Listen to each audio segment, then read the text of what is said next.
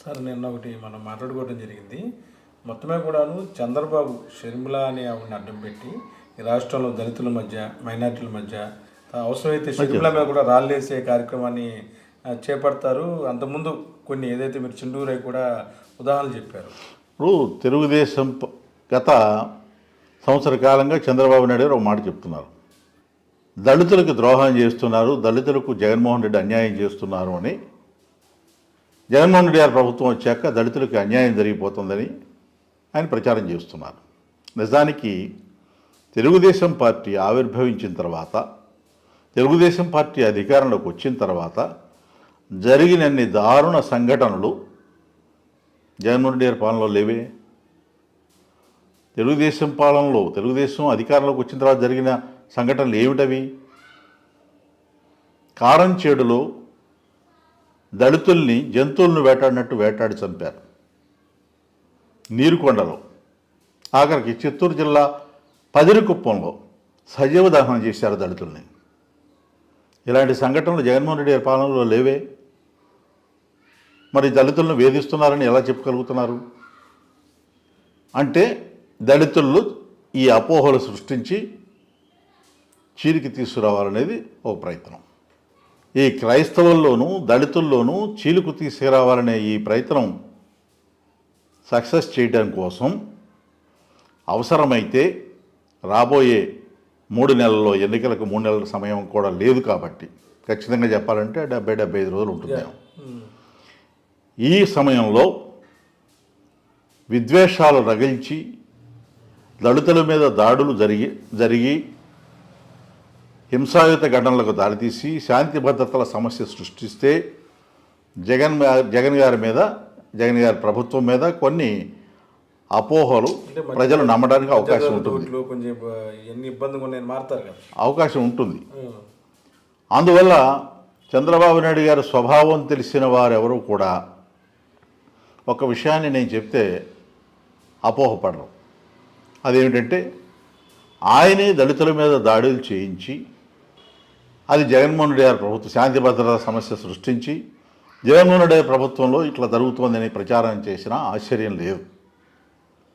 కాబట్టి ఈ విషయంలో రాబోయే రోజుల్లో ఇలాంటి పరిణామాలు జరగడానికి అవకాశం ఉండొచ్చు అని నేను అనుమానిస్తున్నాను. కాబట్టి నా సలహా ఏంటంటే ఈ ప్రభుత్వం అత్యంత జాగ్రత్తగా ఉండాల్సిందే, లేకపోతే తీవ్రమైన ప్రమాదకరమైన పరిస్థితులు ఏర్పడతాయనేది నా అభిప్రాయం. అంటే కుట్రంతా చంద్రబాబు గారు చేసే అవకాశాలు చాలా ఉన్నాయి.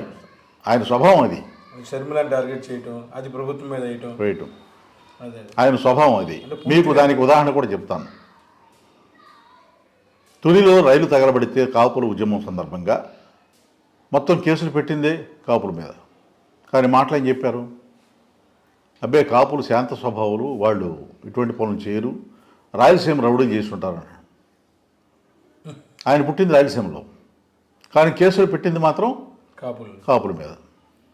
ఆయన చెప్పేదానికి చేసేదానికి అసలు సంబంధమే ఉండదు.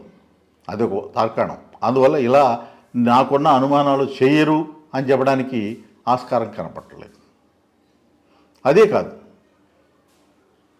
4 సంవత్సరాల క్రితం అధికారంలో ఉన్నప్పుడు ఆయన వాడిన మాటలు ఏమిటి? దళితుల్లో ఎవరైనా పుట్టాలని కోరుకుంటారా అని దళితుల్ని కించపరచలేదా? దళితుల పట్ల ఆయనకు ఉన్నటువంటి తక్కువ చేసి మాట్లాడే చులకన భావం చంద్రబాబు నాయుడు గారిలో ఉందని రుజువు చేసుకున్నారు కదా. అలాంటి మనిషి రేపు ఇలా చేయరని అనుకోవటానికి ఆస్కారం లేదు. కాబట్టి అత్యంత జాగ్రత్తతో ప్రభుత్వం వ్యవహరించాలి, ఎన్నికల సంఘం వ్యవహరించాలి. ఇది నా అభిప్రాయం. ప్రకాశం జిల్లాలో ఈరోజు షర్మిల పర్యటించారు. అంటే నిన్న మీలాంటి వాళ్ళు మాట్లాడిన కూడా ఈరోజు ఆమె చెప్పడం జరిగింది. ఇప్పుడున్న వైఎస్ఆర్ కాంగ్రెస్ పార్టీ వై అంటే వైవి సుబ్బారెడ్డి, ఎస్ అంటే సాయిరెడ్డి గారు, ఆర్ అంటే సజ్జల రామకృష్ణారెడ్డి గారు తప్ప ఎవరూ లేరు మిగతా వాళ్ళు అని ఒక మాట అన్నారు. తర్వాత నా మీద ముప్పెట దాడి చేస్తున్నారు, అన్ని వైపుల నుంచి అన్ని వర్గాల నుంచి కూడా నా పైన దాడి చేస్తున్నారు సీఎం గారు. నా సొంత వాళ్ళు అనుకుని 3200 కిలోమీటర్లు పాదయాత్ర చేశాను. నా బిడ్డల్ని ఇంటిని కూడాను జగన్ గారి కోసం వదిలేశాను. వైసీపీని భుజాల మీద వేసుకొని మనసు పెట్టి పనిచేశా. నా రక్తం దారిపోసా, నా చెమటలు దారిపోసా. ఇప్పుడు వైసీపీ నా మీద దాడి చేస్తుంది. ఆవిడ శ్రమ పడలేదని కష్టపడలేదని జగన్మోహన్ రెడ్డి ఈ రోజు వరకు అన్నట్టు ఎక్కడ నాకు దృష్టాంతం లేదు. నాకు తెలిసినంత వరకు ఆయన ఎక్కడ అనలా, వైసీపీ నాయకులు కూడా ఎక్కడ అనలా. ఇప్పుడు దాడి చేస్తున్నారంటే మీరు రోడ్డు మీదకి వచ్చి జగన్మోహన్ రెడ్డి గారి మీద ఆరోపణలు చేస్తుంటే వైసీపీ మౌనంగా ఉండాలని మీరు కోరుకుంటున్నారా? రాజకీయాల్లో సాధ్యమేనా? ఇంకొక మాట చెప్పారు, వైఎస్ఆర్ పార్టీకి నిర్వచనం చెప్పారు. మరి పార్టీ పెట్టి 12 ఏళ్ళు అయింది, మీరు రాజకీయాల్లోకి వచ్చి 1 సంవత్సరం అయింది. 11 ఏళ్ల పాటు మీరు కూడా అందులో భాగమే కదా. ఎస్ అంటే షర్మిల అవ్వచ్చుగా. అందువల్ల ఆరోపణలు చేసేప్పుడు నేను పదే పదే చెప్పేది అది, అసంబద్ధమైన ఆరోపణలు నోటికి తోచినట్టుగా మాట్లాడడం అనేది ఆవిడికి మంచిది కాదు. తెలంగాణలో ఆ విషయం రుజువైనా కానీ అదే పద్ధతి అదే ధోరణి కొనసాగిస్తున్నారు. ఇది ఆవిడకే నష్టం చేస్తుంది. అది తెలుసుకుని మాటలు జారాలి, విధానపరమైనటువంటి మాటలు మాట్లాడితే బాగుంటుంది. ఈ రాష్ట్రంలో అసలు అభివృద్ధి లేదు, ఫీజు రియంబర్స్మెంట్ కూడా అమలు జరగటం లేదని చెప్పినటువంటి షర్మిల గారు అభివృద్ధి జరగలేదు, అభివృద్ధి లేకుండా నామరూపాలు లేకుండా నాశనం అవుతోంది ఆంధ్రప్రదేశ్ అని చెప్పడం అంటే ఇది తెలుగుదేశం మాటలు తప్ప మరొకటి కావు అనేది రుజువుతుంది.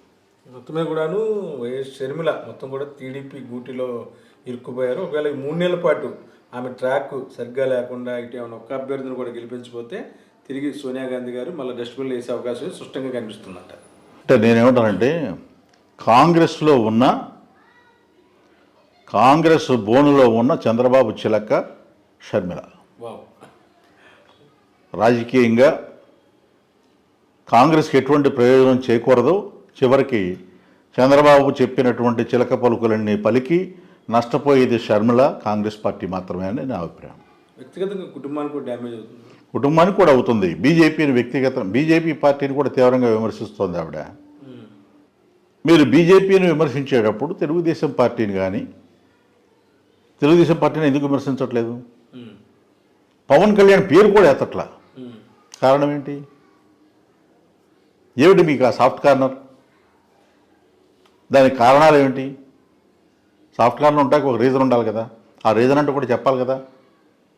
చెప్పట్లా. అక్కడే ఆమె విధానపరమైన లోపం, అవగాహన లోపం బట్టబయలుగుతోంది.